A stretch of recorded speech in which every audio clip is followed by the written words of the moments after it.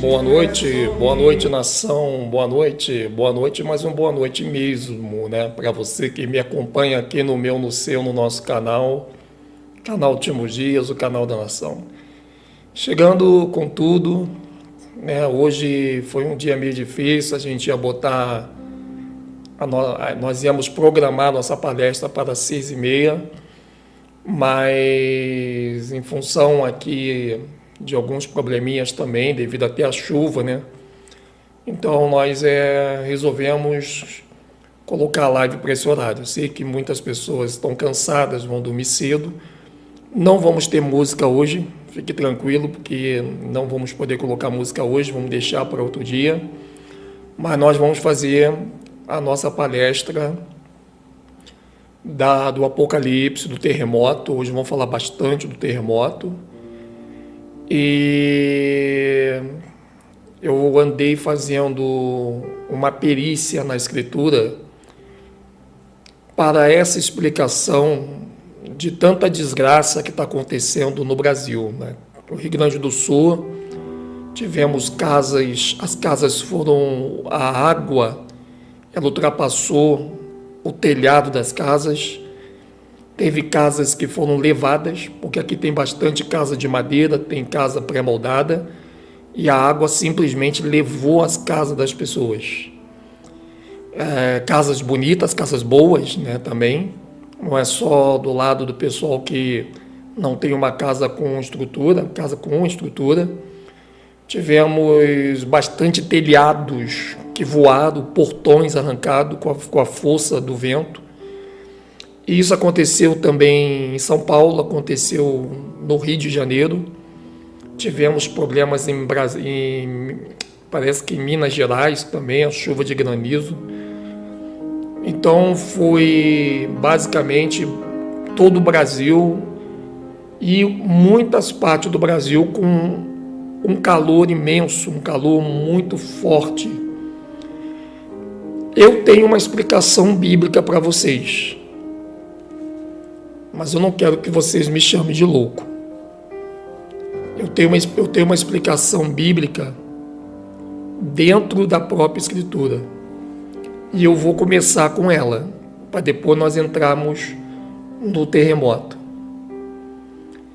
E eu não fiquei assustado com a resposta, mas eu fiquei assim bastante admirado como que as coisas estão acontecendo biblicamente e o mundo não está enxergando. O que eu tenho a dizer, a resposta que eu tenho para essa, que está morrendo gente, está tendo pessoas perdendo casa, está tendo pessoas perdendo vida, bens materiais, né, bens, capital humano. E a resposta que eu tenho, nação, quando eu pego a Bíblia, essa resposta ela está aqui no livro de Apocalipse.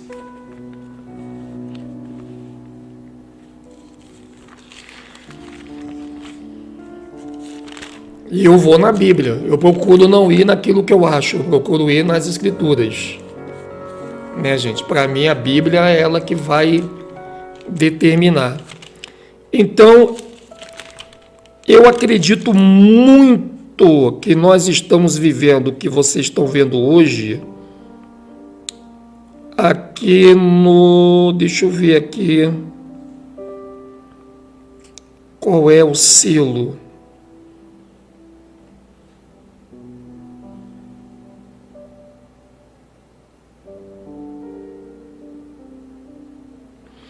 O Apocalipse, capítulo 6, verso 8. Deixa eu marcar na minha Bíblia, que eu vou querer fazer um vídeo amanhã com essa passagem.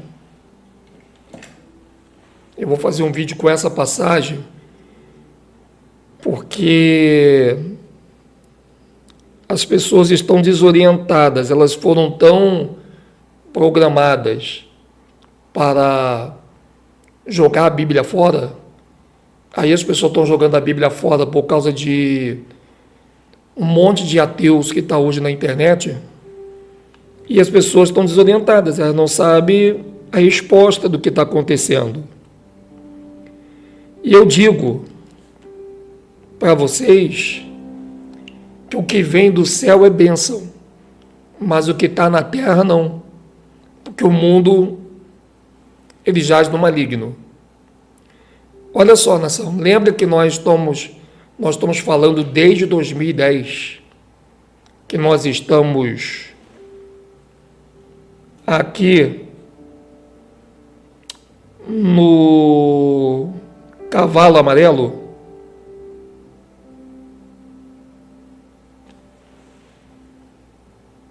que é o quarto selo. Quem lembra disso? Lembra que nós temos falado, gente, nós estamos no quarto selo, e o quarto selo é o cavalo amarelo, e o cavaleiro do cavalo amarelo é a morte, e o inferno está seguindo a morte. Isso está em Apocalipse. Aí nós fomos lá em Zacarias para saber aonde é que esse cavalo amarelo está atuando. Aí lá em Zacarias está dizendo que o cavalo amarelo ele está atuando na quarta parte da terra. E a quarta parte da terra é o Ocidente, é onde está a América. Então você veja que a televisão ela está fazendo as pessoas se entreterem com o que está acontecendo lá no Oriente. O brasileiro mesmo está muito mais preocupado com a guerra, com o conflito no Oriente, do que o grave que está acontecendo aqui. Você pode ver, toda vez que eles querem distrair as pessoas para algo do Oriente, é que eles estão aprontando no Ocidente. Só que as pessoas estão tão hipnotizadas pelo Oriente que pode morrer 50 mil pessoas no Brasil, que as pessoas elas vão continuar focando no Oriente. Só que tem um detalhe aqui que eu quero deixar bem claro para a nação que está desperta. Yarro, ele está ligado diretamente aos sinais que acontecerá com Israel. Mas não é o Israel Estado do Oriente. É o Israel pessoas do Ocidente. Eu estava lendo o livro muito forte de Joel, e por isso que amanhã eu quero trazer vídeos pequenos mostrando. E de repente a gente vai, não sei, vamos ver.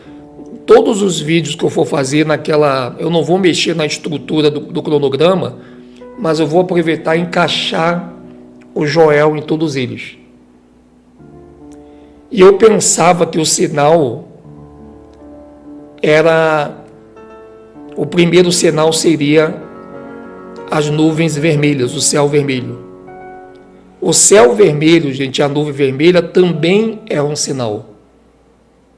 Mas vai acontecer um outro sinal antes de todos esses, até mesmo antes do sonho. E este sinal vai ser o mais lindo de todos. Antes de acontecer o terremoto, e a gente vai tirar essa dúvida no Joel, Yarro ele vai tirar a fome do seu povo, na frente dos Askenazi. Yarro vai matar a fome do seu povo que está no Brasil, na frente dos Askenazi. Eles não vão conseguir interferir quando Yarro fazia as pessoas comerem do bom e do melhor. E a cura virá para esse povo, ou seja, vai chegar um momento, e já estamos perto dele, que as pessoas que estão doentes ficarão todas elas sãs e não dependerão do remédio do sistema. E eu não estou dizendo isso para você para poder te deixar emocionado, não. Isso está escrito. E nem eu tinha reparado isso. Nós estávamos olhando para o sinal da nuvem vermelha, que também é um sinal, mas ele não é o primeiro. O primeiro sinal é que Yarro, para aqueles que estiverem vivendo nesse dia, estamos muito perto, o primeiro sinal não é a nuvem do sangue vermelho, não é o sonho que nós vamos ter. Antes disso, nós vamos ver Yahweh prosperar o seu povo, mesmo que os maçons askenazi trabalhem com a burocracia e com a república para tentar fazer o contrário. Porque Yahweh não vai suportar mais tanta morte. Toda vez que a natureza manda água para a terra, eles trabalham para que essa água, que é uma bênção, vire uma desgraça e mate a imagem e a semelhança de Melquisedeque. Se você quiser tirar dúvida, você vai pegar aqui o livro de Apocalipse 7. E no livro de Apocalipse 7 está dizendo assim, Apocalipse capítulo 7, no verso 8. Olhei e vi um cavalo amarelo. O seu cavaleiro chamava-se Morte, e o inferno o seguia. Foi-lhe dado poder sobre a quarta parte da terra. Antes do dilúvio, a América era a primeira parte, porque ela era habitada e os outros continentes não. Depois do dilúvio, a América ficou desabitada e o Oriente ficou habitado, começando pela Ásia. Então a Ásia é a primeira parte, a África é a segunda parte, a Europa é a terceira parte e a América passa a ser a quarta parte, os confins da Terra, o novo mundo. E é exatamente aqui na América que a morte e o inferno estão matando, estão agindo, estão destruindo. O texto fala que foi dado poder sobre a quarta parte da terra para matar com a espada, com a fome, com a peste e com as feras do campo. Você vai ver que vai começar a aparecer cobras dentro da casa de pessoas que não apareciam. Vai começar a aparecer animais da floresta dentro do quintal das pessoas, e já está começando a acontecer. As pestes, as pragas, porque chuva não é peste, chuva não é praga, mas a praga que está dizendo aqui são os meios que eles estão criando para incriminar o Criador com a chuva que cai do alto. Porque quando você vê na televisão, os repórteres já estão de uma maneira muito sorrateira tentando incriminar o Criador. Gente, olha o que a chuva está fazendo. Chuva castiga Minas Gerais. Chuva castiga Bahia. Chuva castiga São Paulo. Chuva castiga... Sempre eles estão colocando a chuva que cai do alto. Eles não estão dizendo que foi a lambança que eles fizeram que não está deixando a chuva fazer o seu escoamento natural.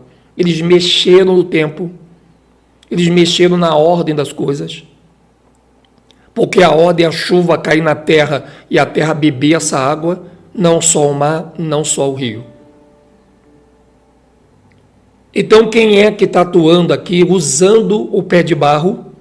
A morte e o inferno não estão mais no abismo.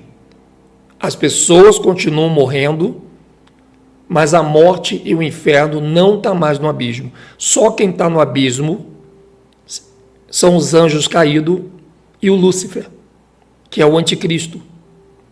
Mas a morte e o inferno já estão juntas. Elas só não conseguem se unir. A maldição, assim como Melquisedeque está desunido do Espírito Santo, Melquisedeque vai conseguir se unir ao Espírito Santo, mas a morte não vai conseguir se unir ao inferno. Tanto que está aqui, ó. Olha o que está dizendo. O texto está dizendo que o seu cavaleiro chamava-se Morte, e o inferno o seguia. Veja que os dois estão com letra maiúscula. O máximo que o Deus Tenron vai conseguir é ele seguir ele mesmo e nunca voltar a ser o único que ele era. Mas Melquisedeque, ele vai se unir ao Espírito Santo, porque o Melquisedeque teve a maldição também de Tenron, quando Adão e Eva comem aquele fruto. Mas ele vai se unir ao seu Espírito de novo. Quando você pega o livro de Joel, agora eu quero que você vá lá em Joel, para você saber o sinal do terremoto. Que não é a nuvem de sangue, gente. A nuvem de sangue é um sinal para o mundo todo. Mas o sinal para mim, para você, vai ser Yahweh fazer a primeira justiça na terra antes mesmo do terremoto acontecer. Então vamos pegar aqui o livro de Joel. Deixa eu botar aqui.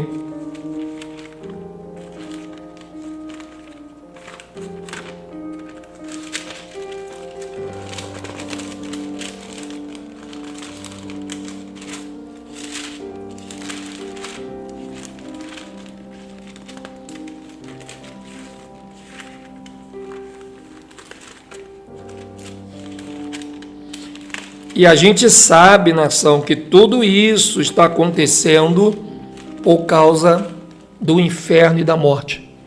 Eles estão andando no nosso meio. Eu sei que a gente fala isso, Edson, que loucura. Mas, gente, tem tanta gente falando mais loucura do que a gente. Pelo menos a loucura que a gente fala está escrito em algum lugar.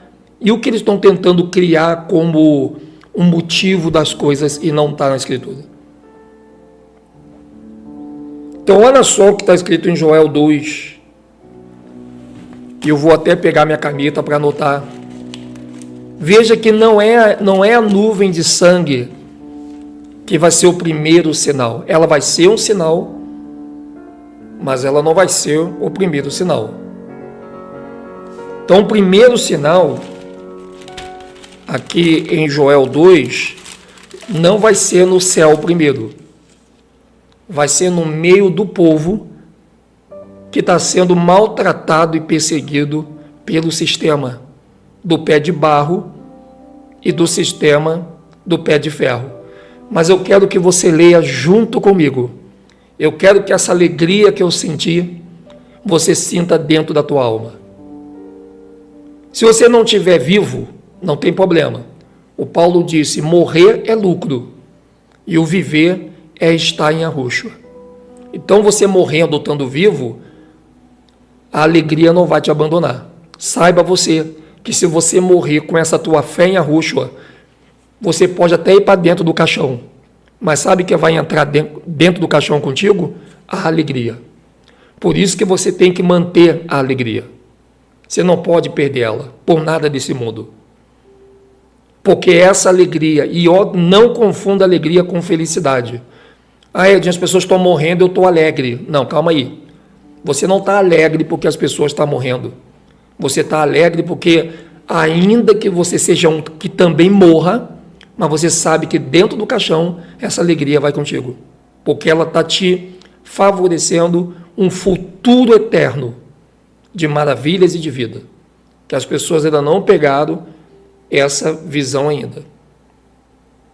Agora, vem comigo para você ver o sinal antes do terremoto e fique atento a este sinal que não vai acontecer primeiro no céu, sem antes acontecer com o povo de Arro que está aqui na terra.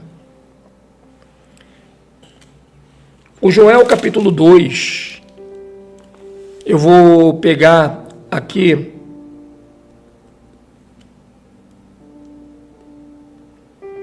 olha só, gente. Que forte. A partir do verso 23. A partir do verso 23. Marca aí, Joel 12, 23. Alguém pode escrever aí para mim? No site? No chat? Joel capítulo 2, verso 23 ao verso 32. Joel capítulo 2, 23 ao 32. Joel capítulo 2, do 23 ao 32, porque todo dia eu vou repetir essa passagem até a vinda de Yahushua, até o terremoto. Essa passagem, ela vai ser o nosso carro-chefe, porque ele é o sinal que nós devemos estar esperando muito mais do que o terremoto. Eu pensava que Yahushua só ia dar livramento para o seu povo depois do terremoto. Mas quando eu li isso aqui de Joel, reli, eu falei, meu Pai do céu, Yahushua não vai esperar o terremoto, não vai esperar Jerusalém subir para estar com o teu povo somente em Jerusalém. Yahushua, assim como ele morreu fora de Jerusalém por nós, fora de Jerusalém também ele vai nos resgatar para nos levar para Jerusalém. Então ele não vai fazer a justiça dentro de Jerusalém.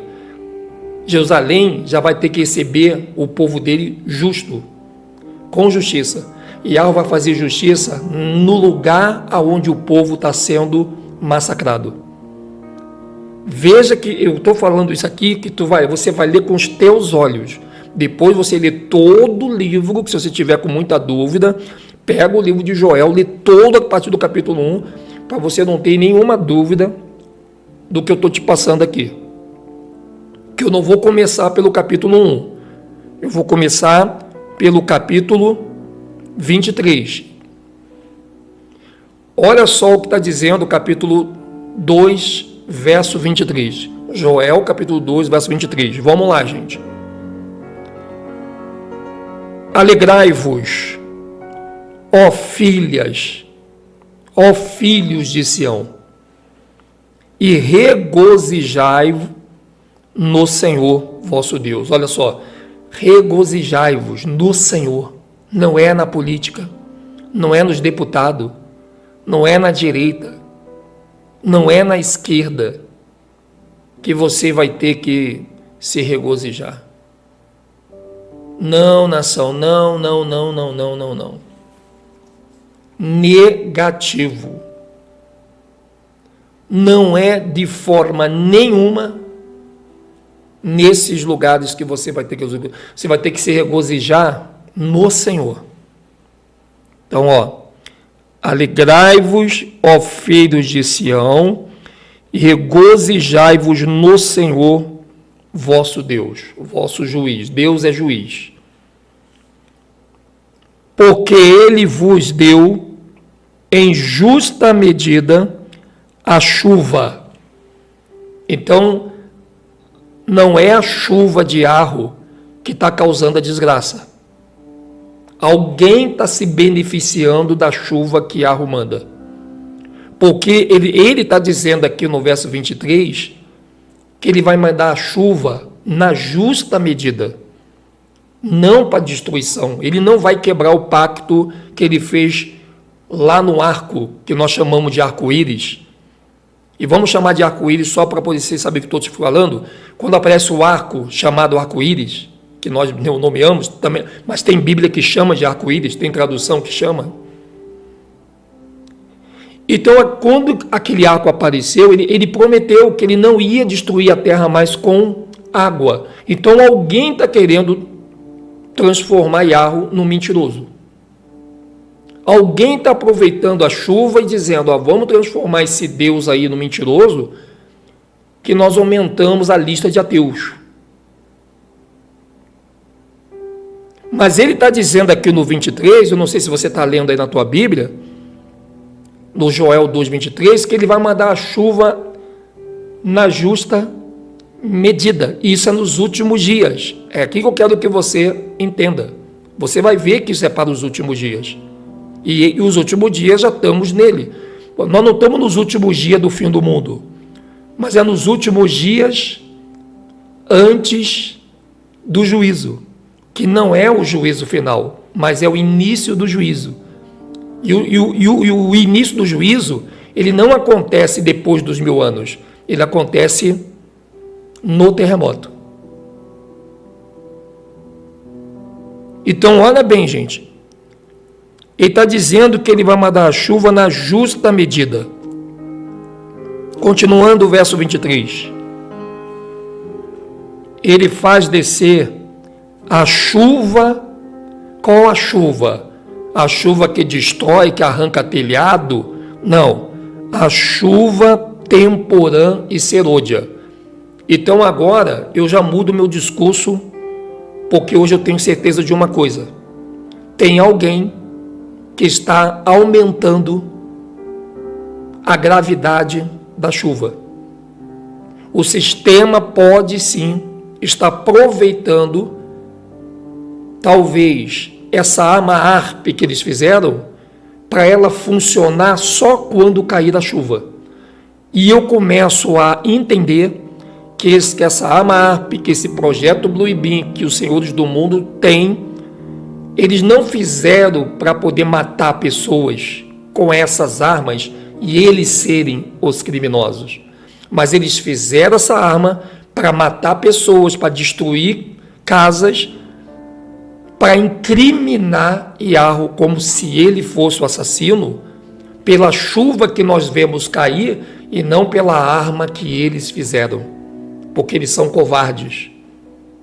Eles têm muito ódio do Criador. Não é só o Lúcifer e o terror que tem ódio de Yarro, não. Infelizmente tem um pé de barro que são pessoas que foram manipuladas pela força maligna de achar que o Criador não vale nada, é mentiroso e merece ser aniquilado na cabeça das pessoas, que é um grupo que está aí dizendo que Moisés é do diabo, que a Bíblia é do diabo, que os gregos-romanos são tudo do diabo. E aqui eu comecei a perceber isso. Eu estou com muitos vídeos para colocar amanhã da desgraça que está acontecendo. Nem sei como vou botar esses vídeos para fazer essa live para vocês.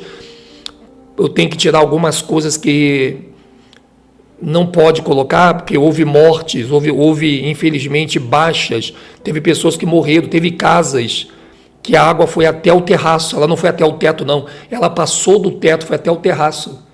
Tanto que a altura da água aqui no Rio Grande do Sul, numa cidade aqui próxima, ela foi tão alta essa água, que a casa quase arranca os fios do poste, para você ter uma ideia. Então, olha bem, mas Yarro já está mostrando aqui para os dispersos, para os que estão atentos, que não é ele que está destruindo. Tem alguém se aproveitando da bênção da chuva e causando na terra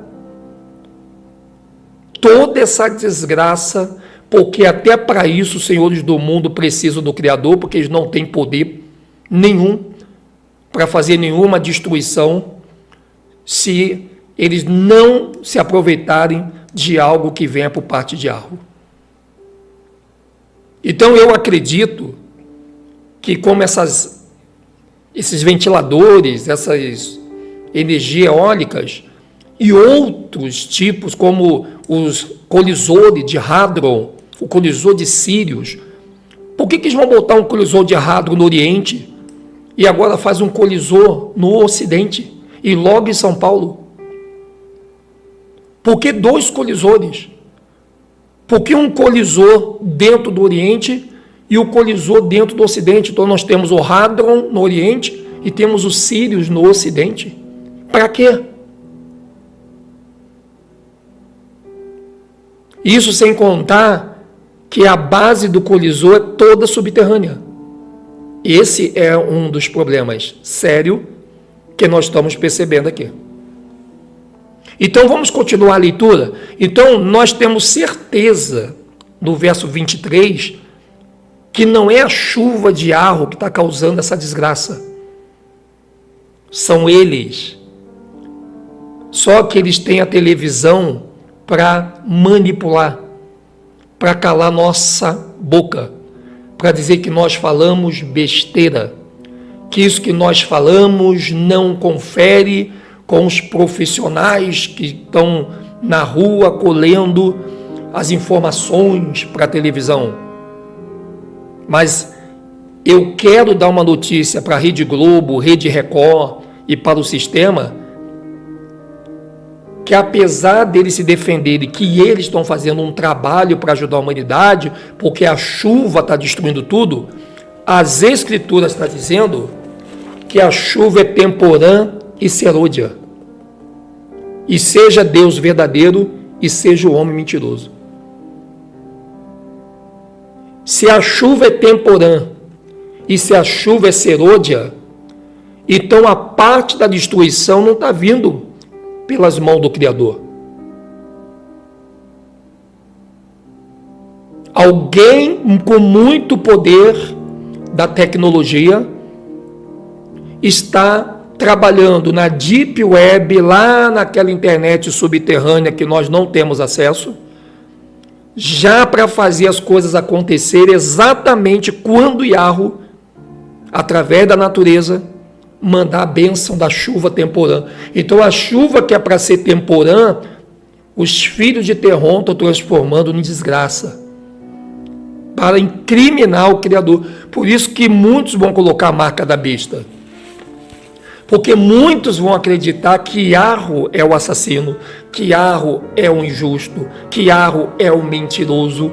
E muito, tanto que quando o sol descer para queimar os homens que colocarem a marca da besta, a Bíblia fala que os homens, em vez de eles se arrependerem e ir para os braços do Criador nesse momento, eles, mesmo sendo queimados pelo sol, vão blasfemar contra o Criador. Eles não vão querer largar a mão da marca da besta.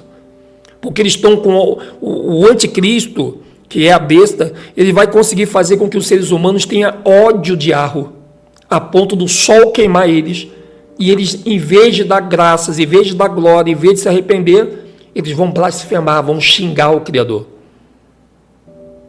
Isso está lá na Bíblia, está lá no livro de Apocalipse. Então, aqui no verso 23, eu vou escrever aqui na minha Bíblia, que essa chuva não é ela, entenda bem, nação, entenda bem, não é essa chuva, de maneira nenhuma, que vai estar causando essa desgraça. Isso é muito importante. Não é essa chuva que vai estar causando essa desgraça. Já estou colocando aqui, ó. Já estou colocando aqui. Eu sei que minha câmera ela está pegando aí um desfoque, mas eu estou colocando a chuva no verso 23. A chuva temporã. A chuva temporã. Compreende? Então, isso nós temos que estar atento. Nós temos que ter essa certeza.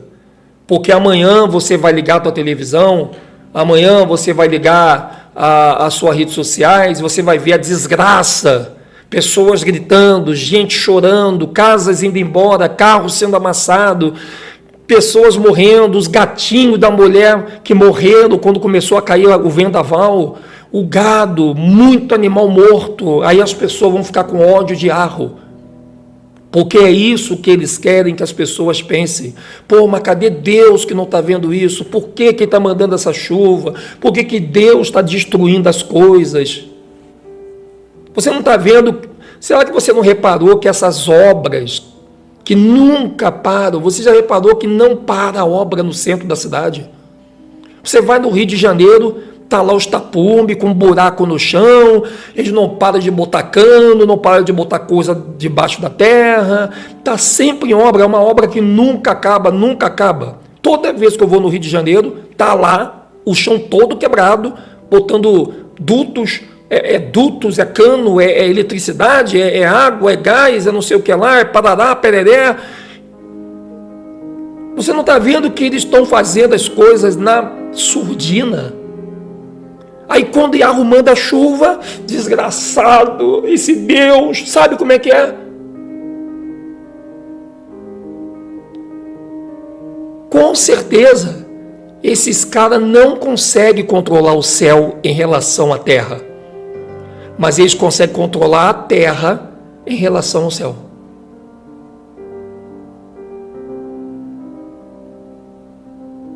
Você compreende? O texto está ao contrário, né? Deixa eu ver aqui, gente. O que aconteceu? Eu acho que é só esse aqui, gente. É só esse aqui. Deixa eu ver se eu consigo trocar esse texto. Vamos lá, gente. Deixa eu ver se eu consigo fazer uma troca aqui. Opa. Deixa eu ver se eu consigo destrocar isso aqui. Obrigado aí para quem avisou. Opa, no 4. Onde é que está? Cadê onde é o texto? Ah, está aqui. Vamos ver se eu consigo destrocar o texto aqui, gente. Vamos ver, gente. Deixa eu ver aqui. Bom. Aqui a nação avisa, e aí, por isso que é bom de ter o conhecimento, né? A nação avisou, opa, então vamos, né, nação? Deixa eu botar aqui bonitinho. Show de bola. Aí, aqui a gente conserta ao vivo, cara. Aqui não tem esse negócio, não. Se a Globo não souber consertar, chama a gente que nós resolve. Não é verdade? Tá aí, ó. Chama a gente que a gente resolve. Não tem problema, não. Aqui a nação avisa e a gente resolve aqui. Obrigado aí, nação, pelo carinho de vocês. Então, vamos continuar lendo aqui, nação. Deixa eu botar aqui no lugar meus botões. Isso aqui, eu já falei, que isso aqui é igual avião, né, gente? Então, lendo aqui, no verso 23, alegrai-vos, ó filha de Sião, regozijai-vos do Senhor vosso Deus, porque Ele vos deu em justa medida a chuva. Ele faz descer a chuva, a temporã e a serôdia, como outrora. 24, veja, viu? Como outrora, nenhuma chuva que vem de Arro está causando destruição. O que está causando é outra coisa. Vamos lá. Verso 24, nação. As eiras se encherão de trigo, e os lagares transbordarão de vinho novo e de azeite. Então você tem uma mentira sendo pregada, que o azeite está caro. O suco de uva, gente, está caro. O trigo nosso está contaminado com glúten. O glúten contaminou o trigo da gente. Mas Yahweh está prometendo que vai ter trigo de verdade aonde nós estamos e que não vai faltar uva e azeite na nossa mesa. Quem é que Yahweh deve estar preparando para fazer isso? Bom, ele disse que nos últimos dias ele ia enviar o rei Davi. Olha onde está indo o grau da loucura. Porque para combater presidentes e reis, só um outro rei. Por isso que ele fez uma profecia que nos últimos dias o Davi ia ser liberado para estar no meio do povo dele, num lugar onde Davi reinava. E aonde é que Davi reinava? Não era em Hebrom? Hebrom não é do Brasil? Então faz muito sentido que no Brasil Yahweh libere Davi para vir. Não sei o dia, não sei a hora, mas ele prometeu que Davi, antes dele reinar em Jerusalém, ele botaria Davi para reinar fora de Jerusalém, aonde Davi reinava, porque Davi nunca reinou dentro de Jerusalém, só quem reinou foi Salomão. Davi sempre reinou a partir de Hebrom. E Hebrom fica no Ocidente, e no Ocidente só temos a América, o que torna a informação muito verídica dessa promessa que ele faz que Davi viria nos últimos dias. Então eu entendo o seguinte, que Arro, ele não vai perder tempo combatendo Askenazi. Yahweh não vai perder tempo combatendo Askenazi. A briga de Yahweh é com o Terron e com o anticristo. Ele vai botar um homem para combater os Askenazi e prosperar o seu povo. E vai ser a partir de Davi. Porque Davi conhece o Brasil. Foi aqui no Brasil, em Hebrom, que ele reinou. Então, ele é o único rei que reinou fora de Jerusalém. Davi foi o único rei que não reinou dentro de Jerusalém. Todos os outros, a partir do seu filho, reinaram dentro de Jerusalém. Davi não. Davi ele reinou fora de Jerusalém, em Hebrom. Então isso é importante para você entender. Infelizmente nossa voz ainda não tem uma reverberação mundial. Gostaria que todos estivessem ouvindo o que vocês estão ouvindo, mas bem-aventurados que estão ouvindo, né? Como a Yahusha falou, bem-aventurados sois vós que estão ouvindo o que eu falo, porque outros lá atrás gostariam muito de ouvir o que nós ouvimos hoje e não puderam. Então isso, gente, pode se tornar uma loucura, mas está nas Escrituras. Ninguém está inventando nada aqui. Então olha o que ele está dizendo. Olha só a primeira bênção que ele está fazendo. Ele está mandando a chuva. Nunca caiu tanta chuva assim no mundo, lá no Brasil. Nenhuma parte do mundo caiu chuva como está caindo aqui no Brasil. Pela primeira vez. Tanto que essas casas que foram arrancadas do chão aqui no Rio Grande do Sul, nunca aconteceu isso antes. Ou seja, a bênção da chuva serôdia está acontecendo hoje. Só que porque ela está se tornando uma desgraça? Porque o mundo está acreditando no maligno. E o maligno está pegando a bênção de Arro e está transformando ela numa desgraça, para que o povo não enxergue a maldição do maligno, mas eles espraguejam a chuva serôdia de Arro. Porque Arro, vou te dar uma notícia, ele não está na tempestade. Se você ler Joel, se você ler o livro de Elias, Arro não está na tempestade.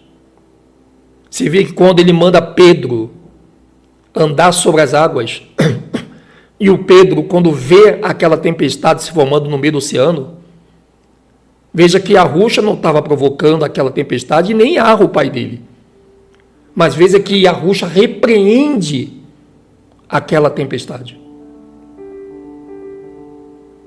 Ele repreende a tempestade. E Yahusha estava sabendo que aquela tempestade não era algo enviado pelo seu pai. E muito menos ele estava mandando. E não foi a primeira vez que ele repreendeu a tempestade. Ele repreendeu também uma vez, quando lá dentro do barco, quando a tempestade tentava derrubar o barco que eles estavam.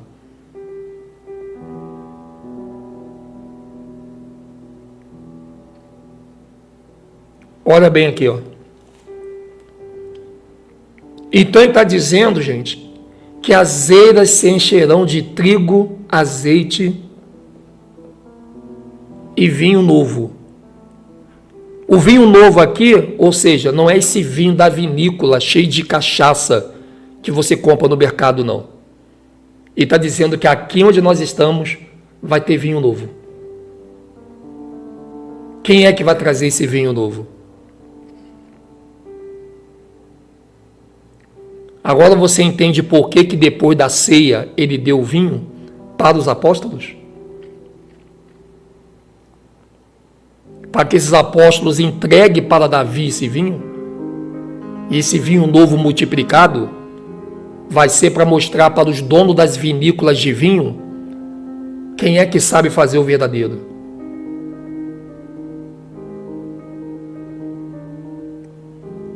E aqui ele vai dizer, ó, do verso 25, restituir-vos-eis os anos consumidos pelo gafanhoto migrador, pelo destruidor e pelo cortador,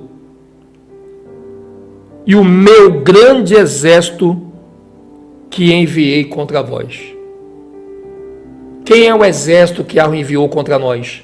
Os Askenazi, a partir de Montezuma, quando Hernán Cortés entrou lá e destruiu os astecas, os maias, os incas, fizeram eles de escravo, do Tratado de Tordesilhas, na capitania hereditária. Depois Dom Pedro I entrou, o Pedro Álvares Cabral entrou, escravizou os índios.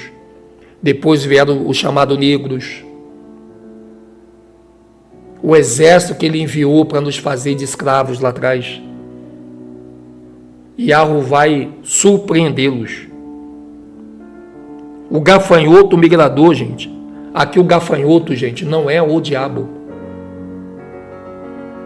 Yahweh não está se referindo o gafanhoto ao diabo. Mas o gafanhoto aqui são os escravagistas. E se você tiver dúvida disso, então você recorre lá onde está escrito: e ele está sentado no círculo da terra, e ele vê os homens como gafanhotos. Gafanhoto é uma simbologia para ser humano em relação a Yahweh. Tanto que quando João vê os anjos caídos como gafanhotos em Apocalipse 9, aí tu fala: mas Edinho, mas os gafanhotos também são os anjos caídos. Sim, porque os anjos caídos também são parecidos com seres humanos. Por isso que o João vê eles como gafanhoto. Não porque gafanhoto seja do diabo, seja do mal, mas os anjos caídos têm o corpo igual ao nosso. O sentido de falar gafanhotos é porque nós também somos vistos como gafanhoto do alto, por Yahweh, que está sentado no círculo da terra. E esse gafanhoto aqui são quem? Veja que ele fala, vou repetir aqui, no verso 25 de Joel 2, restituí-vos-eis os anos consumidos pelo gafanhoto migrador.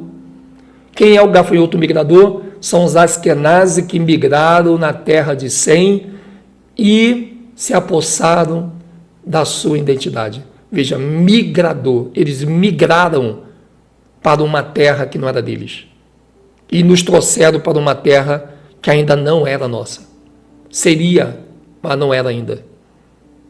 Qual era o outro? Pelo destruidor. Eles não destruíram toda a vida do povo preto. Eles não destruíram toda a fortuna de Montezuma. Os maias não eram podres de rico. Os incas não viviam muito bem, obrigado. Os astecas não viviam muito bem, obrigado. Eles não destruíram as cidades, não botaram fogo, não quebraram os palácios de Montezuma, não quebraram o palácio dos reis dos maias, não invadiram a América do Sul e acabaram com os incas. Destruidor. Teve também aqui o cortador. Eles nos cortaram da Bíblia. Eles nos cortaram da família de Davi, de Abraão, de Isaac, de Jacó. Tanto que quando qualquer um de nós aqui no Brasil lemos a Bíblia, a gente não acredita que somos parte da família da Bíblia. Eles nos cortaram. E é disso que Yahweh está falando. Que ele vai restituir tudo que os senhores do mundo tiraram de nós. Ainda nesta vida temporal, antes mesmo do terremoto. E Yahweh não vai deixar para acontecer o terremoto, para poder Jerusalém subir aos outeiros, não. Aqui está dizendo que ele vai fazer a justiça antes mesmo das nuvens de sangue. Antes mesmo de todos começarem a sonhar e ter visão. E você está lendo comigo, e vem comigo aqui, porque você vai ter mais certeza ainda seguindo comigo nesta viagem. Então vem comigo, olha aqui, ó. Então ele vai restituir tudo que os deputados tiraram, os vereadores, a república, as burocracias, tudo que eles estão tirando de nós, hospital, médico, remédio, comida, tudo que eles tiraram, sabe? A gorduras, né? As gorduras e as proteínas, os melhores legumes, as melhores verduras, os melhores alimentos, as melhores roupas, os melhores meios de transporte, os grandes carros, tudo que eles nos tiraram que era para ser nosso, Yahweh vai restituir. E vem comigo que tem mais. No verso 26, olha o que ele vai falar. Tem muita gente passando fome, gente, por causa do sistema. Mas olha o que Yahweh vai fazer com o sistema. Se você estiver vivo, espero que seja rápido isso. No 26 está dizendo, ó, comereis abundantemente até ficardes satisfeitos, e louvareis o nome do Senhor. Ou seja, as pessoas que estão passando por sofrimentos hoje em nome do Senhor, em nome de Yahweh, no dia em que elas participarem da prosperidade, os maçons, os políticos, os senhores do mundo não vão saber como que os pobres estão comendo tão bem, mas os pobres saberão que isso está vindo do Senhor. Isso não será um sinal para o sistema, mas para nós. E mesmo que você diga, eles vão dizer que estão roubando. Como é que vocês estão conseguindo isso? Vocês estão roubando isso aonde? Onde vocês pegaram isso? E aqui ele vai dizer, ó, e louvareis o nome do Senhor, vosso Deus, que procedeu para convosco maravilhosamente. Ou seja, Yahweh está preparando dias de maravilhas para compensar o sofrimento que muitos em nome dele estão sofrendo hoje. Talvez desprezado pela família, talvez pisado por amigos, talvez amaldiçoado por líderes religiosos. Talvez você está passando o pão que o diabo amassou na tua vida por causa da sua escolha. Algumas pessoas até estão te dando como maluco. Outros até zombam de você. Fica tranquilo, porque o dia das maravilhas não é o quinto império que eles estão criando. Eles estão roubando esse dia das maravilhas que será para você. Porque eles querem copiar tudo que é diabo. Por isso que ele fala, o choro pode vir por uma noite, mas a alegria virá pela manhã. E amanhã de Yahweh não é o amanhã nosso, mas é o fator surpresa, quando ele surpreendeu o mundo com aqueles que para o mundo não são nada. E aqui ele vai dizer no verso 27, e ele diz ali, ó, no 26, o meu povo não será mais envergonhado. O meu povo não será. Lê aí na tua Bíblia, lê aí, vai, que lindo isso, gente, pega a caneta. Sobre, se ele está dizendo que o povo não será mais envergonhado, isso quer dizer que ele vai estar abençoando quem está sendo envergonhado. Talvez você está sendo envergonhado com o salário que você ganha, com a casa que você mora, com a comida que você come, com a compra que você faz no mercado e as pessoas olham, ela não consegue nem comprar um biscoito para o filho que está chorando no chão, se jogando, querendo o iogurte mais caro. Ele está dizendo que o seu povo não será mais envergonhado. Isso quer dizer que tem gente sendo envergonhado. E ele está mandando a gente ficar firme, gente. Porque ele vai provar que não é ele que está fazendo você sofrer quando você escolheu o nome dele. Talvez você está com Yahushua, mas a tua vida está indo para trás. Pessoas se afastaram de você. Oportunidades talvez pararam de vir. Segura a onda. Segura a onda. Não te abatas. Não fique triste. Você pode não ter motivo para ser feliz, mas você não tem motivo para não ser alegre. Porque a alegria do Senhor é a tua força. Quanto mais força você tiver no momento em que as pessoas querem te detonar, acabar com você, mais alegre Yahweh fica. Yahweh deve ficar todo bobo quando vê você sendo perseguido pelo seu familiar, humilhado pelas pessoas que diziam que te amavam, e você ali continuando com ele, firme na rocha. Yahweh deve ficar todo bobo lá em cima com os anjos. Gente, aquele lá é o meu servo. Aquele lá é a minha serva. É a minha filha. é a minha rainha que está lá embaixo, é o meu príncipe que está lá embaixo. Aqueles sim são reis que eu vou constituir sobre a terra. Olha lá, mesmo eles perdendo o carinho da família, eles não estão me abandonando. Eu tenho que fazer alguma coisa. E aqui ele está dizendo, comereis abundantemente, e o meu povo não será mais envergonhado. Verso 27, e sabereis que eu estou no meio de Israel. Se ele está no meio de Israel, não é o Israel dos Askenazes no Oriente Médio, lá do Ramais. Ele não está no meio da terra de Israel, da Rede Globo. Ele está no nosso meio aqui. E se não tem mais gente morrendo nessa desgraça, porque a morte e o inferno está tocando o terror. Mas Yahweh nunca ia deixar a morte e o inferno tocar o terror sem ele estar presente. Por isso que o Espírito Santo teve que vir. Porque se o Espírito Santo não vem, imagina o que esse terror ia fazer com as pessoas. E que interessante, né? Sabereis que eu estou no meio de Israel, e que eu sou o Senhor vosso Deus, e que não há outro. O meu povo não será envergonhado para sempre. Ou seja, nós estamos sendo envergonhados desde quando nós nascemos. Nossos pais morreram envergonhados. Os cristãos branquinhos morreram envergonhados na guilhotina, na fogueira, na arena.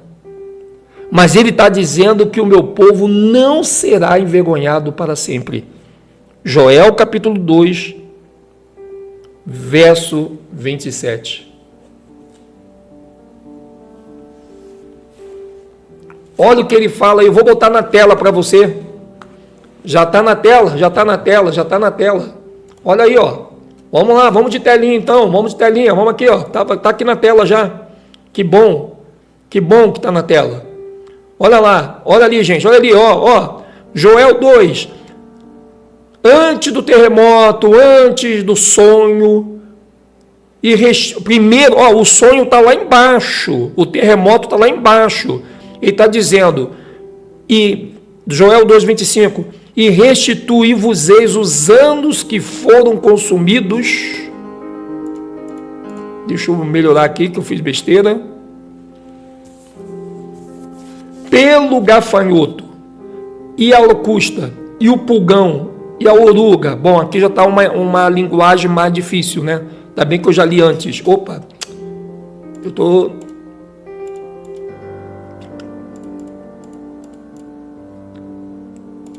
Meu pai do céu. É assim mesmo. Meu grande exército que enviei contra vocês. Então, esse exército que ele enviou contra o povo dele foi os portugueses, que é a Inglaterra, e a França, gente, que é a Espanha. Está ali, ó. Aquela história que a gente conta. Por que está acontecendo aqui? Meu pai do céu, o que houve com a minha... com o meu sinalizador? Tá, vamos lá. E comereis fartamente, e ficareis satisfeitos, e louvareis o nome do Senhor, vosso Deus, que procedeu para convosco maravilhosamente. E o meu povo não será mais envergonhado. Olha só, gente. Meu povo não será mais envergonhado. Isso é muito lindo. E vós sabereis que eu estou no meio de Israel, e que eu sou o Senhor, vosso Deus, e ninguém mais, e o meu povo não será envergonhado para sempre. Ou seja, a tua vergonha não vai durar para sempre, amados. E há de ser, olha agora, gente, é aqui que eu quero que você entenda. Agora vai começar a vir os sinais, ó. E há de ser que depois derramarei o meu espírito sobre toda a carne, e vossos filhos e vossas filhas profetizarão, os vossos velhos terão sonhos, os vossos jovens terão visões.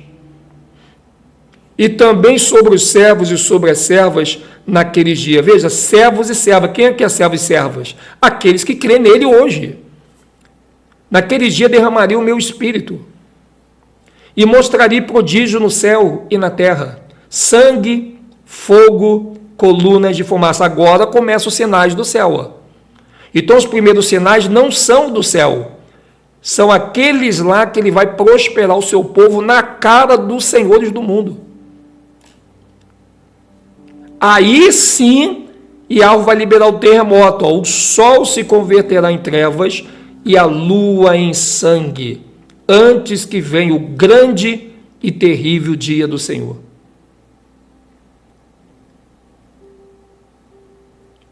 E há de ser que todo aquele que invocar o nome do Senhor será salvo. Ou seja, esse invocar não é hoje, será no dia do terremoto. Ou seja, até os que não crêem no Salvador agora, quando estiver o terremoto acontecendo, até os incrédulos que invocar o nome dele terá a oportunidade de ser salvo. Aí você diz assim, Edinho, mas que injustiça.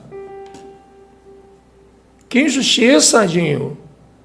Nós aqui se ferrando, né?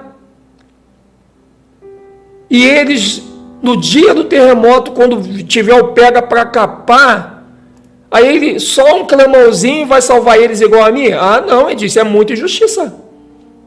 Gente, mas pensa bem, o fato deles serem salvos não quer dizer que eles vão ter o que você vai ter. Não quer dizer que eles vão participar do que você vai participar. O fato de você entrar numa empresa não quer dizer que você vai ser gerente igual ao gerente, supervisor igual ao supervisor, encarregado igual ao encarregado.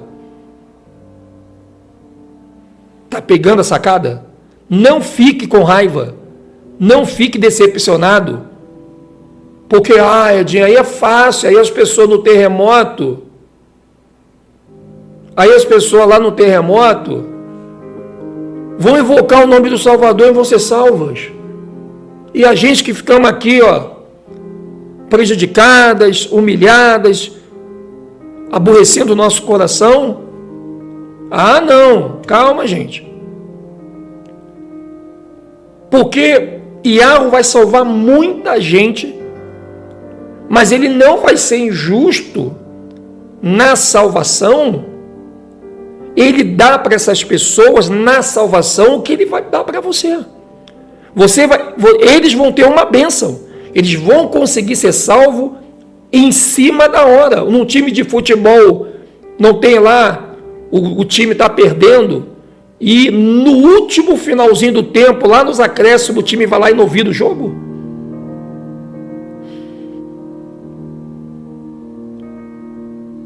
Veja bem, muitos familiares seus que zombam de você, que tiram sarro para a tua cara,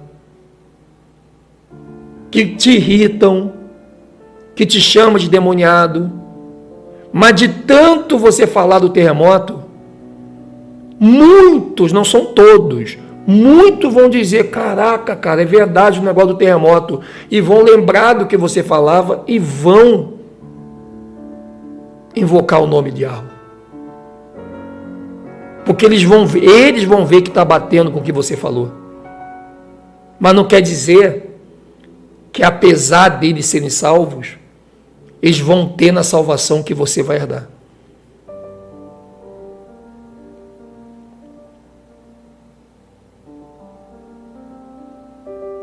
Isso é muito importante, né? Aí ele vai dizer, o sol se converterá em trevas e a lua em sangue antes que venha o grande e terrível dia do Senhor. E há de ser que todo aquele que invocar o nome do Senhor será salvo nesse dia. Não é hoje. Hoje você não tem que invocar o nome dele. Hoje você só tem que crer. Quem vai invocar o nome dele não é você, é os que vão ver a coisa acontecer. E nesse momento eles vão invocar. Porque no Monte Sião e em Jerusalém haverá livramento. Ou seja, que livramento é esse? De tudo que vai acontecer na terra, de anjos caídos, de anticristo.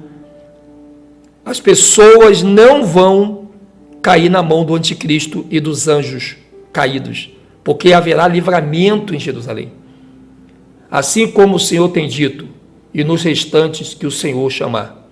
Ou seja, ele não vai chamar só a gente, da resta pessoas que não vão ser salvos agora, nem no terremoto, mas talvez quando elas estiverem diante da besta.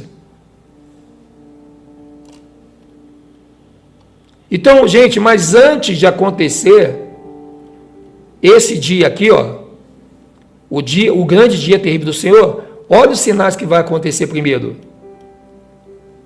Primeiro, antes de tudo vir, ele vai restituir tudo que é nosso.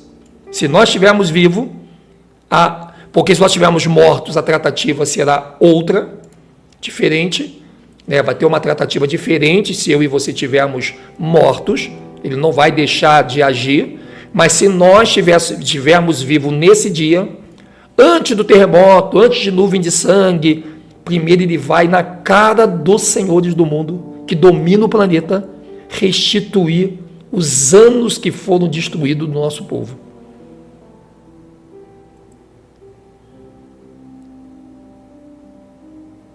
Eu sei que essa informação, ela vai contra tudo que muita gente ouviu, mas a escritura está ali, ele não vai nem permitir que os sinais do terremoto aconteçam sem antes ele restituir o teu povo na frente dos que nos empobrecem. Você já imaginou isso? Imagina Davi aparecendo. E ele prometeu que Davi viria na frente.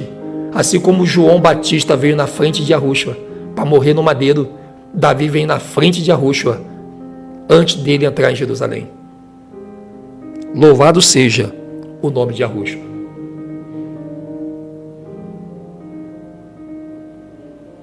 Porque isso é muito forte. Você vê que a miséria, você vê que a gente hoje, você tem, gente, por mais que nós estejamos vivendo um pouco melhor do que no século XX, mas esse melhor, ele somente nos limitou à água do aquário. Somente isso. Se você quiser fazer uma faculdade que você quer fazer, você não consegue. Você só consegue fazer uma faculdade que você pode. E nem sempre o que você pode é o que você quer. Quando você entra no supermercado, você não pode comprar a comida e os produtos que você quer comprar. Você só pode comprar aquilo que você pode. E nem sempre a comida que você pode comprar é o que você quer. Nem sempre o danoninho, o iogurte que você compra para o teu filho é o que ele quer. Ou eu estou falando besteira aqui? Talvez o óculos que você comprou para você comprou o óculos que você pode. Mas talvez não é o óculos que você quer. Talvez o celular que você comprou para o teu filho foi o celular que você pôde comprar para ele, mas não foi o que ele quer. Talvez o emprego que você conseguiu foi o emprego que você pôde conseguir com o seu currículo, mas eu tenho certeza que não foi o emprego que você quer. Talvez o salário que você está ganhando é o salário que eles podem te pagar, mas não é o salário que você quer ganhar. E Yahushua não vai vir para dar o que você pode na cara de quem te nega o que você quer e só te dá o que você pode. E Yahushua vai vir no momento em que você tem o que você pode para dar na cara deles o que você quer. E ele não vai vir primeiro, ele vai mandar o seu servo Davi. Nós vamos fazer essa live com vocês sobre Davi. A promessa que Yahushua fez, que Davi seria o primeiro a ressuscitar como rei Porque para combater a autoridade não adianta ser povo, o povo não consegue combater a autoridade. Como Davi é temido até pela maçonaria, eu quero ver os adoradores de Salomão derrubar o Davi, que é o pai do mesmo que eles tanto cultuam. E aí que nós queremos estar na arquibancada. Porque Davi não vai vir como aquele Davi que já era vencedor. Yahweh não vai botar Davi aqui para morrer. Yahweh não vai botar Davi aqui para ser preso pela política, pelos deputados, não. Davi não vai vir. Você vê que a monarquia do Brasil foi derrubada pela República. A República derrubou a monarquia humana dos homens que estavam aqui. Mas Yahweh vai enviar de novo alguém para restituir a monarquia e combater a República que derrubou a monarquia em 1889. Por isso que eu digo para vocês, a história do Brasil, a história grega-romana, a história do nosso povo da África está ligada diretamente às profecias da Escritura.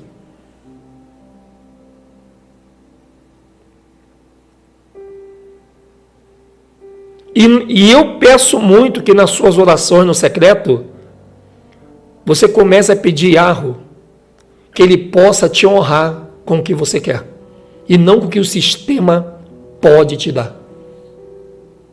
Isso não é pecado. Você não sabe o quanto o Deus do ouro e da prata gostaria que alguém fizesse uma oração assim, ó, Pai, me abençoa com o que eu quero. Ah, mas o rei... Aí vem os pastores evangélicos. Não, irmã, você não pode pedir coisas materiais para o Criador, porque o Salomão não pediu coisas materiais.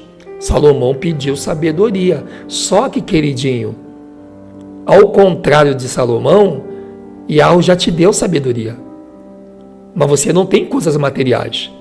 Salomão não tinha sabedoria, mas ele tinha as coisas materiais. O que Yahweh repara em Salomão não é ele ter pedido sabedoria no lugar da riqueza, porque Salomão não precisava pedir riqueza. Se ele pedisse, ele ia entristecer Yahweh. Salomão era filho de rei, querido. Se Salomão, quando Yahweh diz, como não me pediste riqueza, mas me pediste sabedoria, por que Yahweh falou isso? Porque Salomão já era rico. E ele demonstraria uma insanidade pedindo a Yahweh, Yahweh, me dá mais riqueza, multiplica, me faça ser mais rico que meu pai. Mas Salomão não vai pedir para ser mais rico, e nem o rei mais rico da terra, mas ele quer ser sábio, porque Salomão não tinha carência de riqueza, e não precisava trabalhar capinando mato, limpando casa dos outros, como nós já fizemos várias vezes, trabalhando em pé como segurança, como vigilante, recepcionista, vendedor, auxiliar de cozinha, que deveriam ser os empregos que mais deveriam pagar bem. É a pessoa que lava copo, lava prato, lava chão. Não era o contrário. Hoje em dia não ganha bem quem trabalha mais. Na Bíblia ganhava bem quem mais trabalhava. Hoje quem mais trabalha é o que menos ganha. A mulher passa de manhã até de noite limpando o chão, fazendo café, limpando privada, limpando a vidraça, limpando a parede, limpando os armários, limpando a cadeira do cliente, limpando coisas que o pessoal faz de sujeira para ganhar um salário mínimo.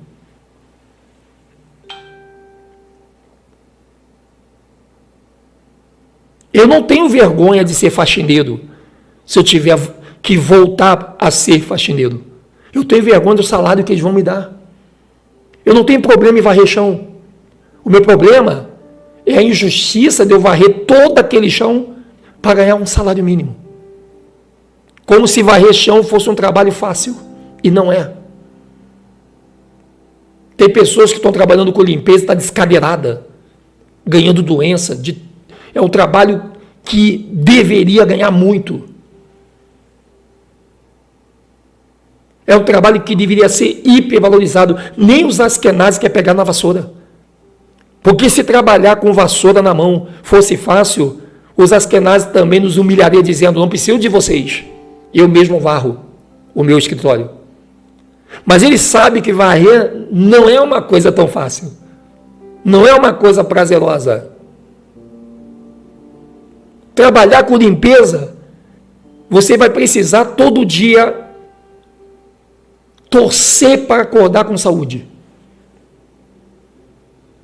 Porque eu já trabalhei com limpeza e eu sei quantas vezes eu fui trabalhar para lavar chão da Central do Brasil, escadaria da Central do Brasil com a equipe, e eu era faxineiro, e eu sei o quantas vezes eu trabalhei com dor de cabeça, com dor na coluna, descadeirado, com dor na perna, gripado, espirrando pra caramba, com uma dor violenta, mas eu tinha que trabalhar, eu tinha que me abaixar, eu tinha que pegar a vassoura, eu tinha que pegar o esfregão, porque senão eles vão dizer assim, ó, se você não conseguir trabalhar, eu coloco outro no teu lugar. Antigamente não tinha essa, a empresa não tem dó do funcionário. Você só é bom para uma empresa quando você está com saúde. Se tu ficar doente, acabou o funcionário bom.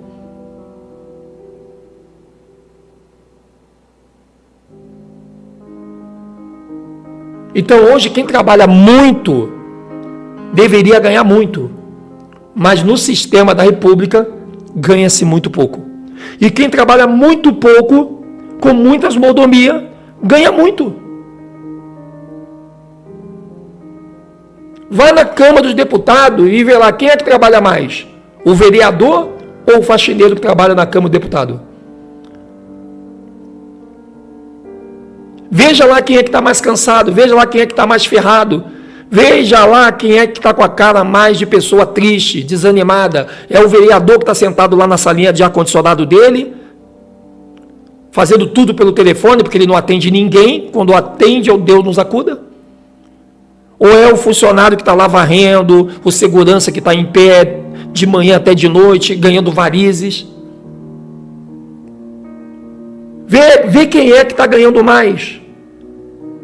É o diretor, o gerente da loja ou são os vendedores? Tem algum vendedor satisfeito? Tem algum vendedor que saia de uma loja dizendo, eu estou tranquilo, vou fazer uma academia porque eu nem me cansei?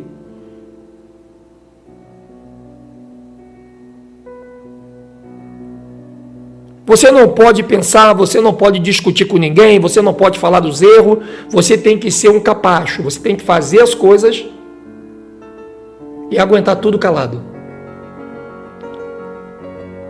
E não é só ganhar mal, porque você não ganha salário mínimo, você ganha um salário descontado na folha de um monte de desconto que eles inventam para justificar o desconto que eles ainda arrancam do teu salário. Quando você recebe o teu contra-cheque, o teu olerite, você olha o teu contra-cheque lá, aí você fala, vou lá no RH reclamar, isso aqui está errado.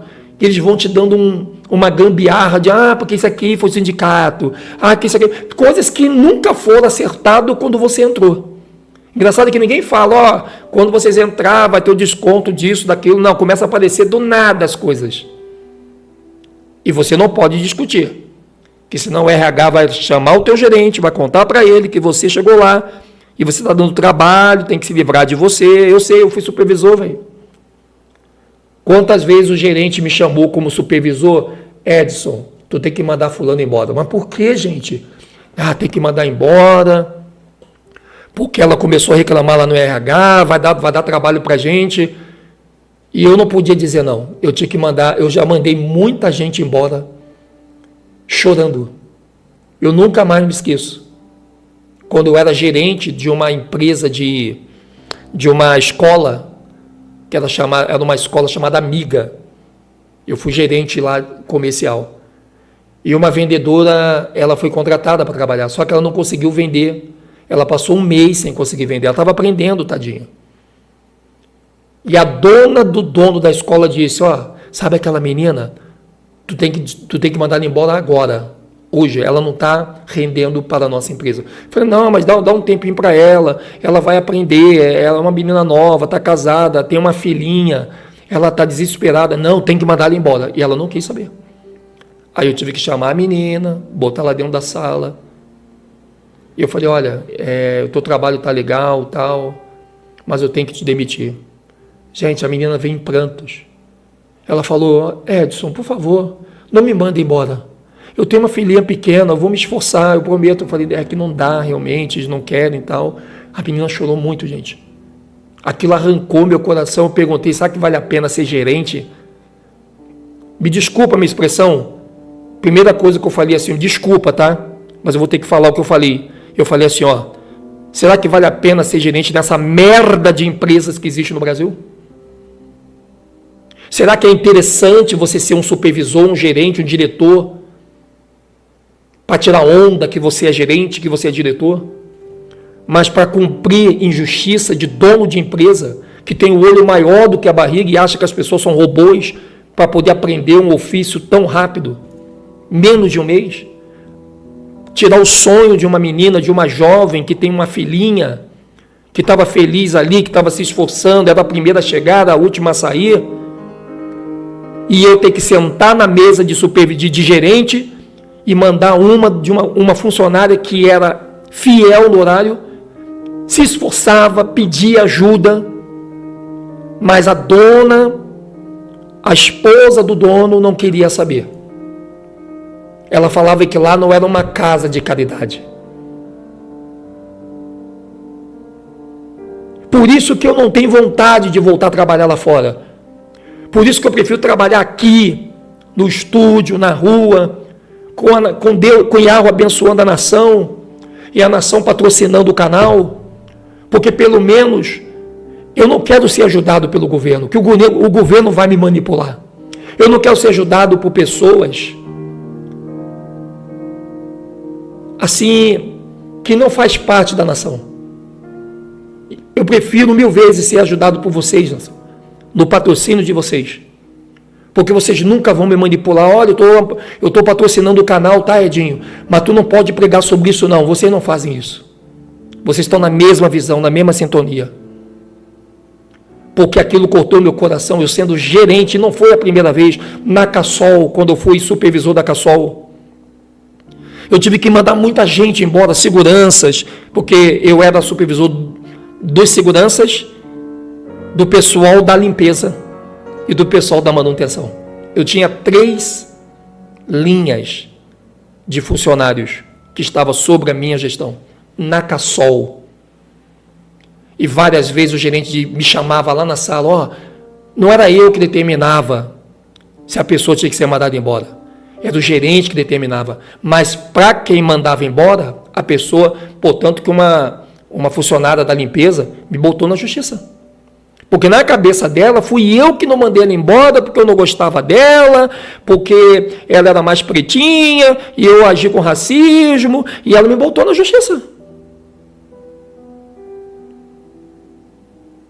O gerente não apareceu para dizer: não, mas foi eu que falei para ele te mandar embora. Não, gerente, pena para que te quero. O RH central, pena para que te quero.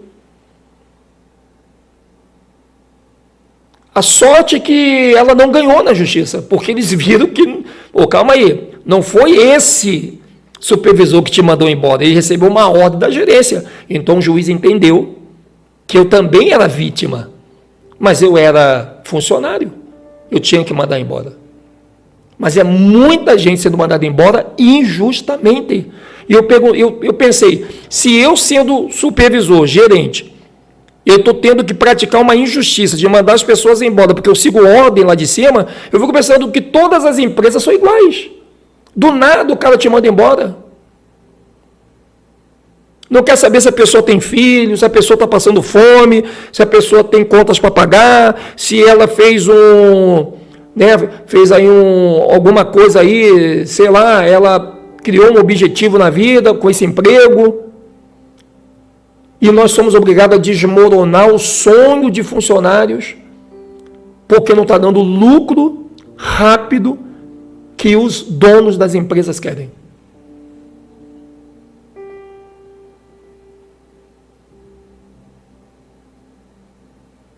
Por isso que a Arusha vai vir para restituir os anos que foram consumidos por essas castas de seres humanos.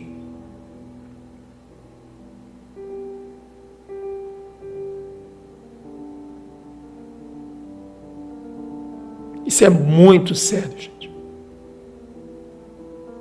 Às vezes eu sonho com essa funcionária. Às vezes vem na minha cabeça ela em prantos dentro daquela sala. E eu com as mãos atadas, um gerente de, me desculpa a expressão, eu vou falar por desabafo, eu era um gerente de merda. Porque nenhuma autonomia, tem gerente supervisor que não tem nenhuma autonomia no seu departamento, porque o gerente geral é o que manda. Ele é um manda-chuva, ele é o cara, ele que determina quem vai ficar na tua equipe, quem não vai. Antigamente não era assim, não. Antigamente o supervisor, o encarregado, vinha até o gerente e dizia: ó, gerente, tem uma funcionária que eu não quero na minha equipe, gostaria só de passar para o senhor. Se o senhor tiver outro gerente, outro supervisor que quiser ela na equipe, o senhor pode passar para aquela equipe ou a gente manda embora. Era assim que funcionava. Hoje não. Hoje você é supervisor de uma equipe, mas quem determina quem vai ser mandado embora não é mais você.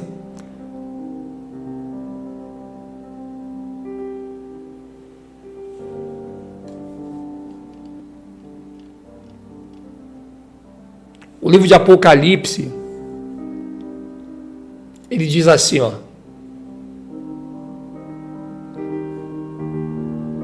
Olha o livro de Apocalipse. E havendo aberto o sexto selo, olhei, e eis que houve um grande tremor de terra. Em algumas traduções, um grande terremoto. E o sol tornou-se negro, como saco de silício. E a lua tornou-se como sangue. E as estrelas do céu caíram sobre a terra, como quando a figueira lança de si os seus figos verdes, abalada por um vento forte. Algumas pessoas têm dúvida, porque ela diz: Edinho, mas o sol e a lua vai vir antes ou depois do terremoto? Porque lá em Joel diz que a lua e o sangue vai vir antes do grande dia do Senhor. Gente, a gente não pode confundir as coisas. Olha bem. Primeiro, ó, vamos botar aqui para você entender que tem 3 situações aí. Você nunca mais vai ficar com dúvida disso. Lá em Joel diz que o sol e a lua vai deixar de brilhar antes do grande dia. Apocalipse está dizendo que o sol e a lua, ela vai deixar de brilhar depois do terremoto. Mas está havendo confusões. E é preciso tirar essas confusões. Então, uma coisa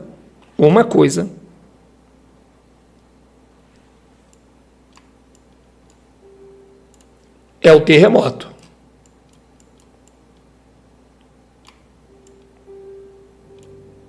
Deixa eu... Está falhando aqui minha caneta.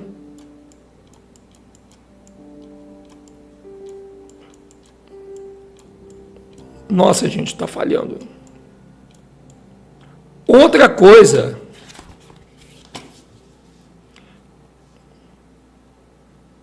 é o sol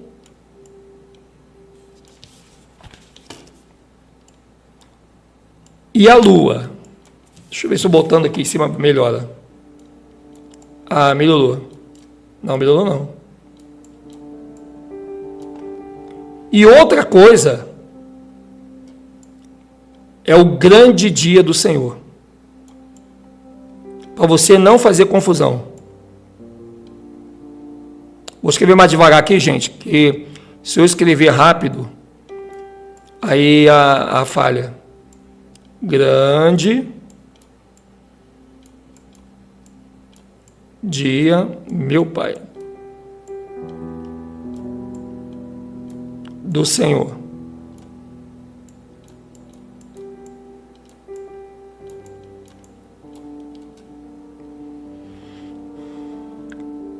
Tá vendo aqui, gente? Então, olha bem, não confunda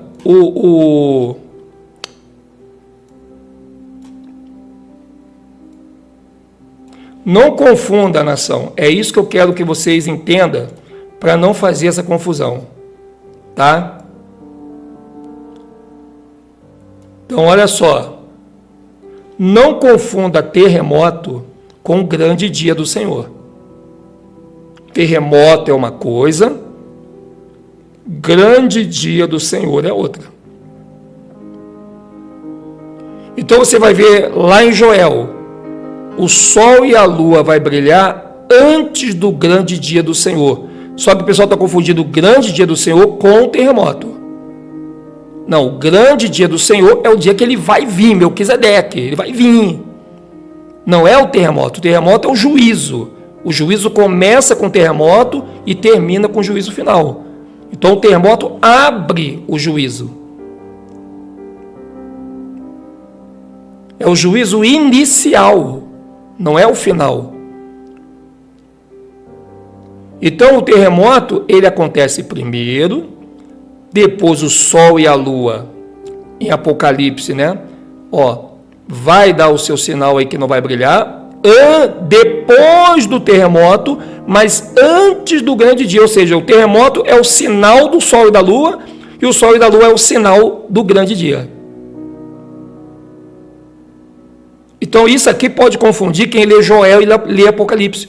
Muita gente pergunta, mas o sol e a lua vai ser antes ou depois do terremoto, porque em Joel está dizendo que é antes, Apocalipse é depois. Não, gente, não tem nada errado. Por isso que a gente pensa que a Bíblia tem contradição. Ela não tem contradição, ela tem a gente não entender. Então, o sol e a lua, no Apocalipse, ele vem depois do terremoto. Em Joel, antes do grande dia. E o grande dia não é o mesmo que o terremoto. O terremoto não é o mesmo que o grande dia. Uma coisa é o terremoto, outra coisa é o grande dia. O grande dia vem depois do sol e da lua, o terremoto vem antes. Então, primeiro o terremoto, depois o sol e a lua, depois o grande... Ou seja, o terremoto ele vai abalar o céu e a terra, sol e lua vai escurecer tudo e o grande dia vai iluminar. Olha que lindo, né, gente? Que show, né? Olha aí, o terremoto vai abalar. Sol e a lua vai escurecer.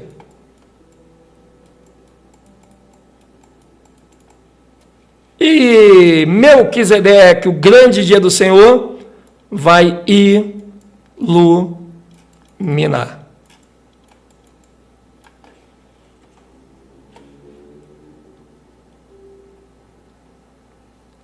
É exatamente isso aí.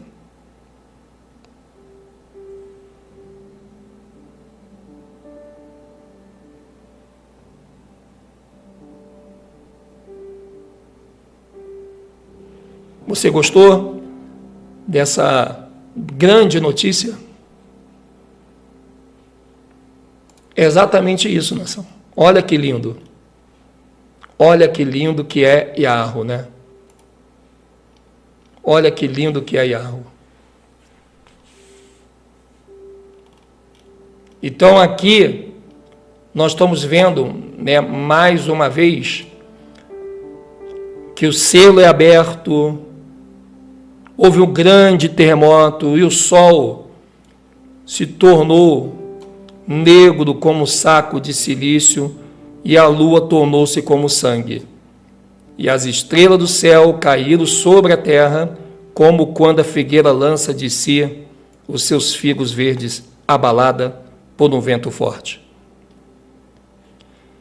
E o céu retirou-se como um livro, quer dizer, acabou o tecido da realidade, né? Que se enrola, e todos os montes e ilhas foram removidos do seu lugar. E os reis da terra, e os grandes, os cientistas, né? E os ricos, né? Os deputados, vereadores, empresários, e os tribunos, os juízes, as autoridades federais, e os poderosos, né? A mão invisível, e todo servo, que são os que trabalham para eles.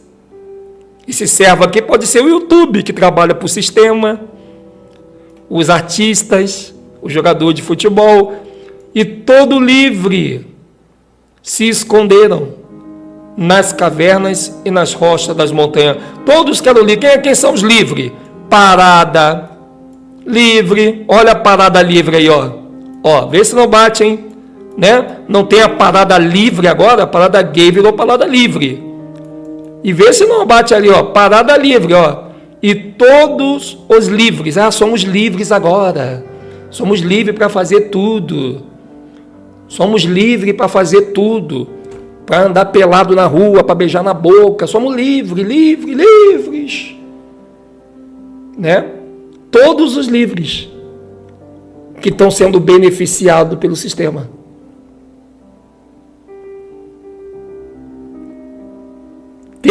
Se você ler a Bíblia direitinho, sem cair na pilha de quem odeia a Bíblia, porque quem odeia a Bíblia é porque está fazendo coisa que a Bíblia está dizendo que é errado.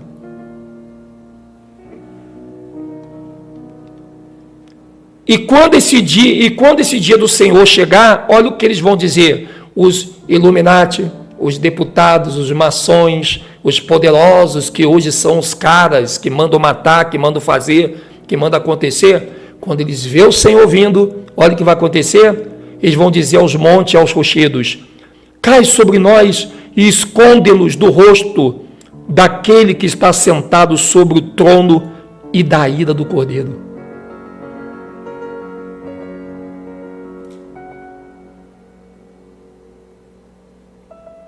Porque é vindo o grande dia da sua ira. E quem poderá subsistir? Agora tem uma bênção para você aqui. Veja que está dizendo, nação. Ira do Cordeiro. Quem é o Cordeiro aqui? Tu acha que é quem? É Yahushua, o filho? Não. O Cordeiro é Melquisedeque. Mas se o Melquisedeque não é o pai, por que Melquisedeque, sendo o pai do filho, ele é chamado de Cordeiro? Porque ele vem primeiro, não é o filho. Por que, nação? Você precisa entender o mistério, que é o seguinte: por que Melquisedeque, se prepara aí, hein?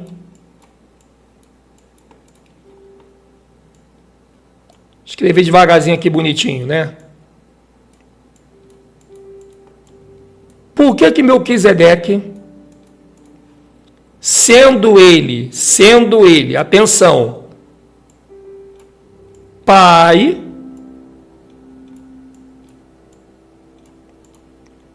é chamado de Cordeiro? Mas Cordeiro não é um filhote? Não é um bebê? Como que Melquisedeque, sendo o pai, ele vai ser chamado de Cordeiro? Porque isso é uma alegoria mostrando o momento em que Melquisedeque sai da barriga de Maria na forma de um bebê. Maria, ela dá luz a Melquisedeque, não na qualidade de pai. Porque esse pai vai passar agora a responsabilidade para o Espírito Santo.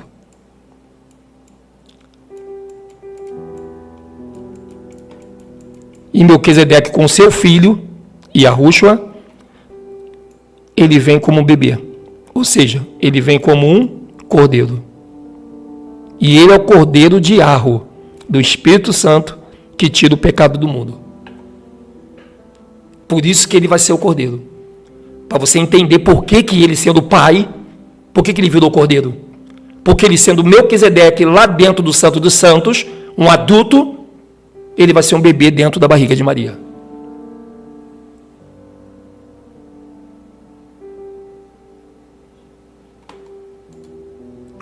Olha que forte.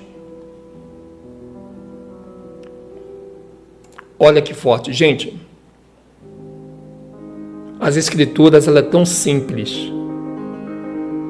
Ela não precisa ser facultativa. Ela é simples. É só quebrar paradigmas, deixado por homens poderosos. Ah, mas eles são poderosos, mas o Todo-Poderoso, ele diz: obrigado, Pai, por revelar essas coisas aos pequeninos e a ocultá-la dos sábios e entendidos. Está cheio de arqueólogos dando aulas fantásticas de arqueologia, explicando as coisas não pela Bíblia, mas pela pedra que ele acha, pelo caneco que ele desenterrou. Ou seja, a Bíblia não é mais um livro que elucida e que confirma os fatos. É preciso achar uma pedra debaixo da terra, uma moeda antiga, para que essas pessoas sejam valorizadas. Ou seja, só tem valor, não é mais quem entende a Bíblia, mas quem acha alguma coisa debaixo da terra. Essas pessoas ganham méritos, vão para a televisão, todo mundo quer assistir, todo mundo quer ver, é o cara. Porque aquilo que eles não podem justificar na Bíblia, ele justifica com porta-trecos tirado da terra. Por que eu tenho que acreditar que aquilo que eles acharam, aquele caneco, aquela metrera, realmente vem da época dos discípulos, dos apóstolos, dos patriarcas, e não foi eles que colocaram? Ou, como o arqueólogo que achou a metrera debaixo da terra lá em Jerusalém, do Oriente Médio, como ele pode garantir que alguém lá não colocou?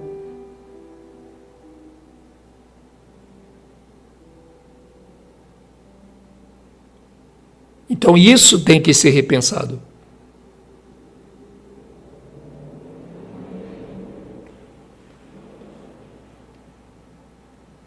Esse é o grande problema, né? Mateus 24. Vamos lá. Mateus 24. Olha o texto aí, vai estar dizendo forte, hein, gente? E logo depois da aflição daqueles dias, o sol escurecerá e a lua não dará sua luz. Olha só, logo depois da aflição. Que aflição? Terremoto. Não é o grande dia do Senhor. O grande dia do Senhor vai estar lá embaixo, ó. Ali, ó. Então aparecerá no céu o sinal do Filho do Homem. Esse é o grande dia do Senhor que estão confundindo com terremoto. Não há contradição da Bíblia. Há, às vezes, falta de entendimento. Então, logo depois da aflição, olha bem, vamos marcar aqui, né? Vamos pegar a canetinha, ó. Número 1, aflição. Essa aflição é o terremoto. O sol e a lua escurecerá. Número 2, sol e lua. E não dará a sua luz, as estrelas cairão do céu, e as potências do céu serão abaladas. E então aparecerá no céu o sinal do Filho do Homem, número 3. Aqui é que está o grande e terrível dia do Senhor, e não o terremoto. O grande e terrível dia do Senhor, ele virá seguido do terremoto e do sol e da lua.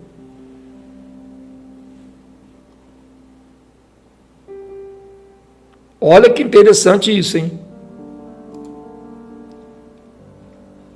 E todas as tribos da terra se lamentarão e verão o Filho do Homem vindo sobre as nuvens do céu com poder e grande glória. Ou seja, para combater esses askenazes, tem que vir com muito poder mesmo. E ele enviará os seus anjos, agora que vai vir aí aos 144 mil confirmados, né? Olha o que ele vai dizer aí no livro de Mateus. E ele enviará os seus anjos com rijo clamor de trombeta, os quais ajuntarão os seus escolhidos desde os 4 ventos de uma a outra extremidade do céu.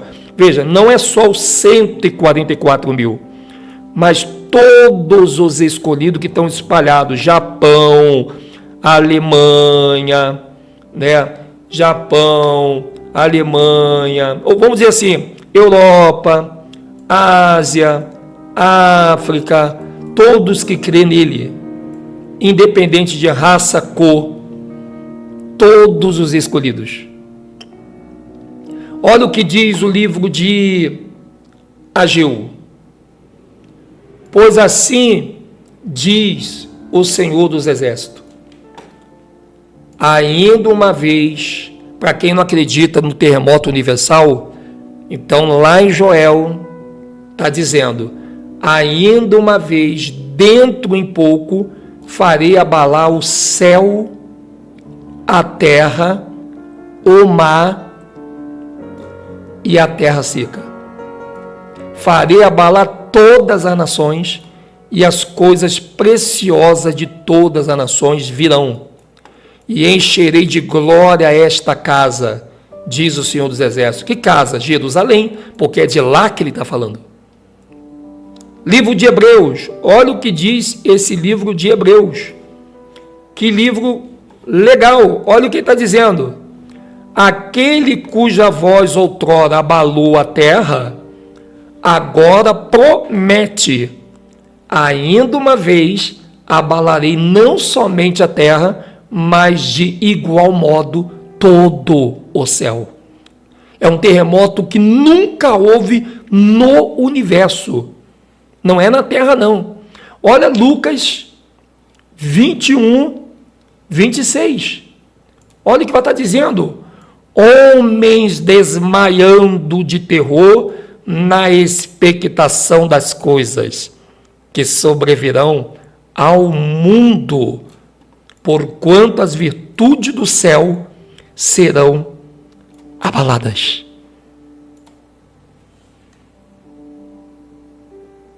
Então, se você é evangélico, católico, seguidor de rabino,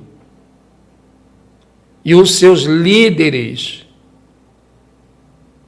eles não contaram isso para você, isso não é desculpa para você não crer no que nós estamos te mostrando. Porque você tem a tua Bíblia, que independente de líder ou não, tudo está escrito nela. E você poderá estar tirando a sua dúvida com a própria Escritura. Se você crê mais nos seus pastores evangélicos, padres e rabinos, e não crê naquele pastor que morreu por você no madeiro, então me desculpa, eu não posso te ajudar. O Rony quer fazer uma pergunta? Vai lá, Rony. Vamos lá, o Rony quer fazer uma pergunta aí para a gente. Vamos ver a pergunta do Rony. Para a gente fechar a live com chave de ouro. Não é verdade, gente? Porque está muito gostoso tudo isso aqui. Eu acredito que todos os domingos nós vamos trazer o Apocalipse. Então, se essa live não ficou muito clara, meu Pai do céu, gente, o que nós podemos fazer para clarear mais do que isso? Vamos ver o Rony aqui, esperar só a pergunta do Rony. E a gente vai, a Rony já está fazendo a pergunta ali. Vamos ver aqui. Rony está dizendo, Rony Reis, será por isso a fabricação de tantos caixões da FEMA, porque o sistema mundial sabe do grande terremoto?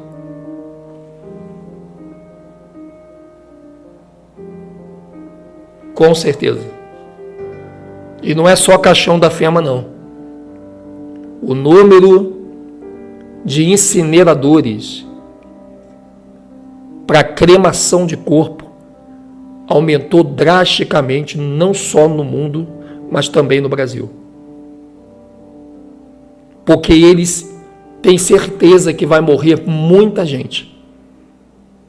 Mas a certeza deles não é o pensamento de Yarro. Porque Yarro disse que os meus pensamentos são mais altos do que o de vocês. Eu sou Edson Silva História, esse é o canal Últimos Dias. Estamos juntos, vamos para cima, nação. Obrigado pelo carinho. Yarro permitindo, estaremos amanhã juntos. de manhã, meio-dia, e às 8 horas ou 8h30 da noite, são previsíveis e não precisos, estaremos juntos com vocês. Saboreie essa live, que com certeza está na mente de vocês, mais claro do que nunca. Eu tenho certeza que deu uma organizada aí na sua vida, essa questão do terremoto, e agora é só você praticar em ser a melhor pessoa que você puder ser. E ainda que você não possa ser a melhor pessoa, pelo menos eu tenho certeza que alguém vai te dizer um dia que você, pelo menos, se esforçou para ser. E às vezes se esforçar para ser pode ser tão valioso quanto se você conseguir ser. Se você conseguir ser, seja aquilo que algo quer. Se for muito difícil, pelo menos se esforce. Até a próxima. Vamos para cima. Estamos juntos, nação.